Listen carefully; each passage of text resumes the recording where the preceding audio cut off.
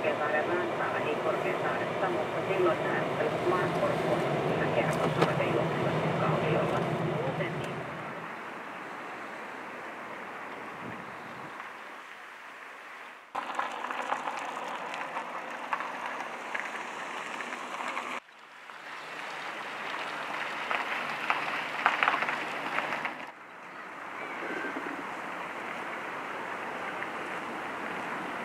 Voidaanko me nyt mennä alas? Okei,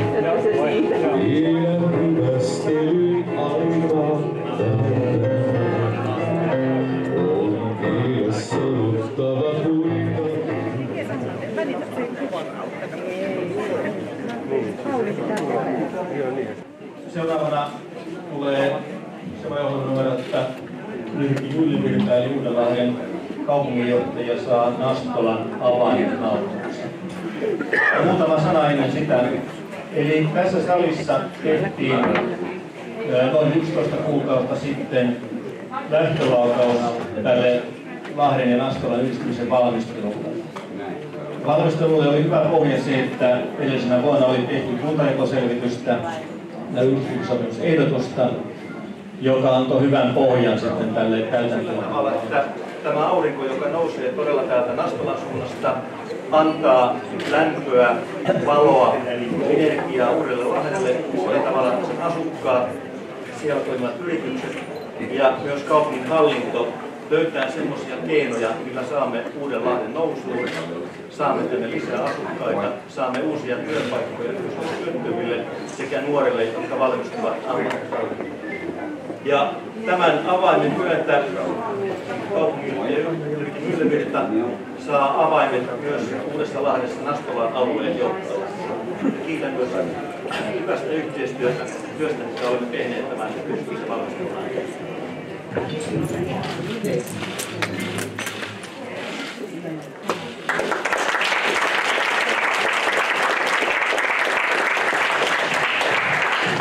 Joo, kiitoksia näistä avaimista.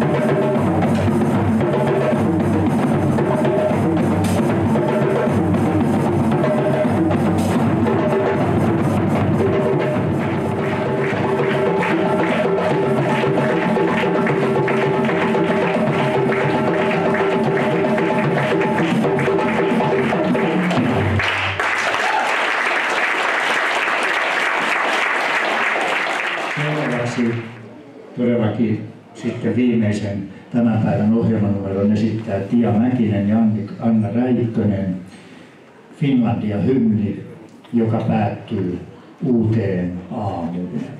Uusi aamu koittaa meille huomenna.